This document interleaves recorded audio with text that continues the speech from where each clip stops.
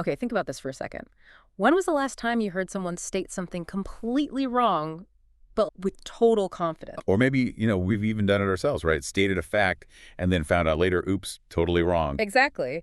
And there's this really unsettling idea floating around now that my ignorance is somehow just as good as your knowledge. This huge shift, isn't it? It changes trying to find the truth from this journey of discovery into just arguing Yeah. all the time. It's exhausting. That's why today we're doing a dive into Tom Nichols' book, The Death of Expertise, the campaign against established knowledge and why it matters. It feels incredibly relevant right now. Absolutely.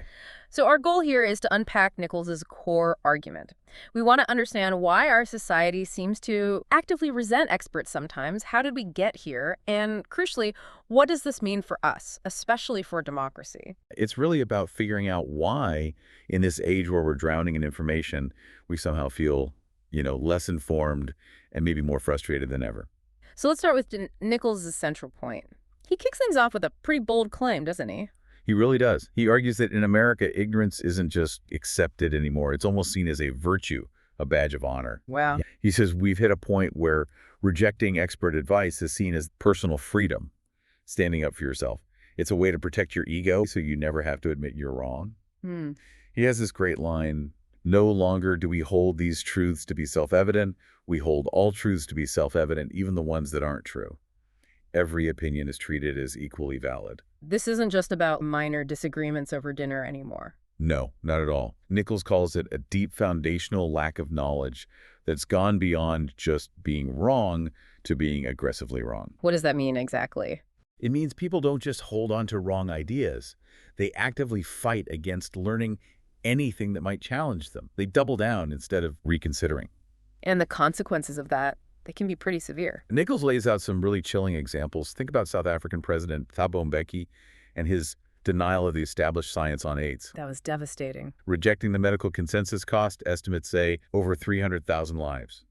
Plus, maybe 35,000 babies born HIV positive who didn't need to be. It's just deadly ignorance in action. And it's not always that high-level policy stuff either, is it? I remember reading about that Washington Post poll he mentioned. The Ukraine poll from 2014. They asked Americans about intervening militarily in Ukraine, and the people who were most enthusiastic about sending troops were the ones who literally couldn't find Ukraine on a map. People who thought it was in South America or Australia were the most gung-ho. It's this dangerous confidence completely detached from reality. That's terrifying, actually. And you see echoes of this in everyday life, too, right?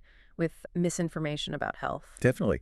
Nichols points to what he calls the clownish anti-vaccine crusaders, but also celebrity influence, like Gwyneth Paltrow's GOP site pushing questionable health advice. When public figures amplify misinformation, it has real public health consequences. And then there's that really tragic, extreme case he brings up, the accountant, Stephen Passeri. He murdered a doctor because he was convinced the doctor ignored his research about a drug his mother was given. He did his own research. He even left a flash drive with his research behind.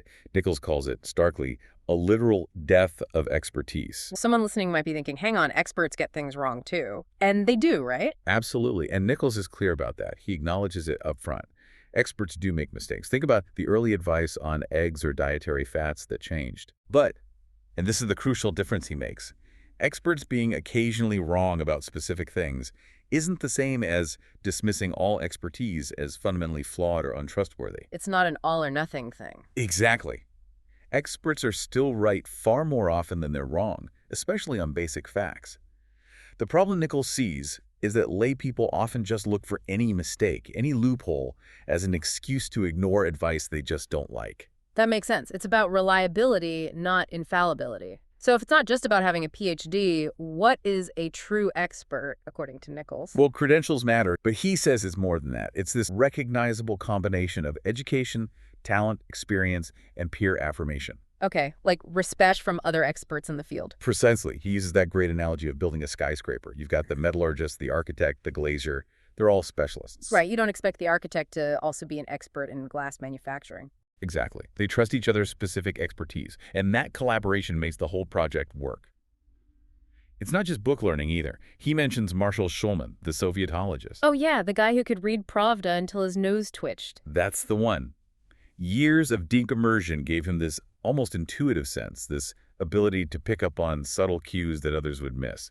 That's deep expertise. So it's definitely not the "I read a book a month, so I'm an expert" idea that someone apparently told Nichols. Right. He pushes back hard on that romantic notion of the self-taught genius, like, Yeah. the Good Will Hunting scenario. Great movie, sure, but not really how expertise usually works in the real world. Okay, so we've got this picture of expertise under siege. How do we get to this point? Nichols digs into the roots, right? Human nature plays a big part. A huge part. He talks about how just having a conversation these days can feel exhausting and often maddening, full of contradictions, shaky sources. And he says, too little deference is paid to anyone at all. Part of that, he argues, comes down to basic human psychology, like confirmation bias. The tendency to just look for stuff that proves what we already think. We actively seek out and accept evidence that confirms our existing beliefs, and we dismiss or ignore stuff that challenges them. He mentions the fictional Dr. House always saying it's never lupus, or that real-world case of the faked gay marriage study. Scholars wanted it to be true, so they weren't critical enough. It makes arguing pointless sometimes because the other person's view isn't really open to being changed by facts. And if you only accept what you already believe, how can you learn? This seems connected to that other psychological effect he discusses. That's the Dunning-Kruger effect. Basically, people who are less competent at something tend to dramatically overestimate their ability Why is that? because they lack what psychologists call metacognition. That's the ability to think about your own thinking, to recognize your own limitations and knowledge gaps. So the people who know the least are the most confident they know everything. Pretty much. He cites research where people claimed they were familiar with totally made-up scientific terms. Seriously. It makes it incredibly hard to have a rational discussion because the people who are most wrong are often the least likely to realize it or to recognize actual expertise in others. Okay, so if facts and logic aren't working, what fills the gap? Nichols talks about conspiracy theories, right? He describes them as these horrendously complicated explanations that often appeal to people who feel overwhelmed by a complex world, or maybe whose ego won't let them admit they might just be wrong or unlucky. And the lack of evidence doesn't stop them. Often it fuels them. The absence of proof becomes proof of the cover-up, you see. And he warns these aren't just harmless quirks. Think about the satanic panic in the 80s that destroyed lives based on completely unfounded conspiracy theories. Right. And he also makes a useful distinction between stereotypes and generalizations. How does that fit in? Yeah, a generalization is based on observable data. It's probabilistic, like saying people in China are usually shorter than people in America. You can measure that. A stereotype, though, is rigid and ignores evidence. It's like saying all Chinese people are short, even when you meet tall Chinese people. It relies on confirmation bias, ignoring anything that contradicts the preformed idea. And there's one more bias. He mentions the equality bias. Right. This is the tendency, especially in social settings, to treat all opinions as equally valid, even if the people offering them have vastly different levels of knowledge or competence on the topic. So like trying not to offend anyone? Exactly. It might make for smoother conversations, but Nichols argues it really undermines fact-based decision-making. We prioritize social harmony over getting things right. Human psychology is a big part of it. But Nichols also points fingers at some systemic issues, including higher education. How does college fit into this? He argues that the expansion of college access has contributed to the problem. Colleges started acting more like businesses, treating students as clients. The focus shifted towards providing a full-service experience rather than just rigorous learning. So students might gain self-esteem, he says, but precious little knowledge. And this connects to grade inflation, right? Absolutely. He points out that A is now the most common grade at Harvard. Yale gives out over 60% A's or A minuses.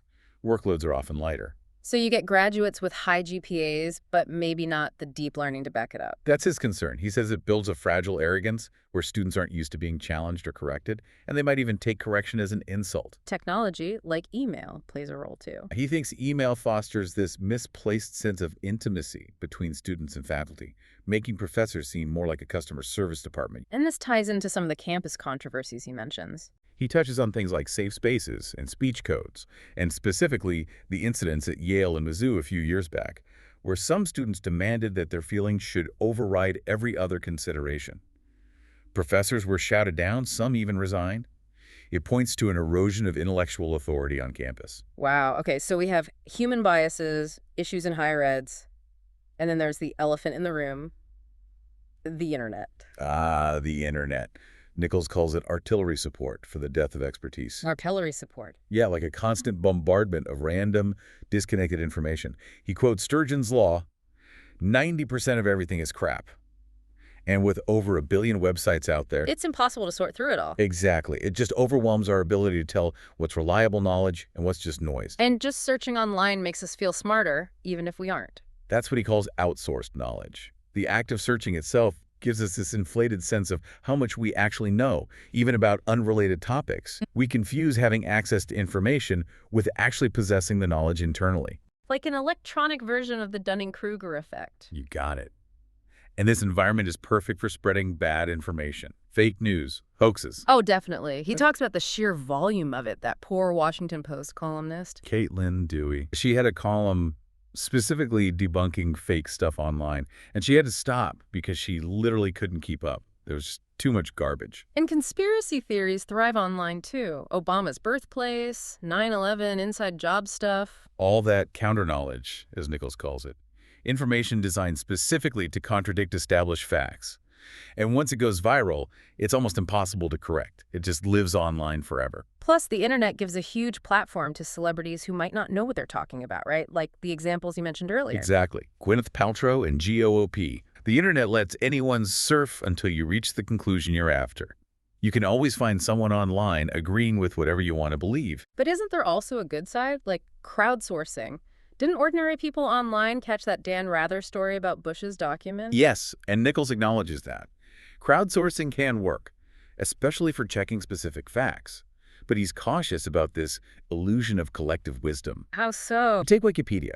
It's great for checking the capital of France, but for complex or politically charged topics, it can struggle with accuracy and bias. The crowd isn't always wise. And the internet also pushes us into bubbles, doesn't it? Big time. Social media especially fosters these echo chambers, where we mostly interact with people who already agree with us. Which leads to that backfire effect. When people in these echo chambers are confronted with facts that contradict their beliefs, instead of changing their minds, they often just dig in deeper, becoming more convinced they were right all along.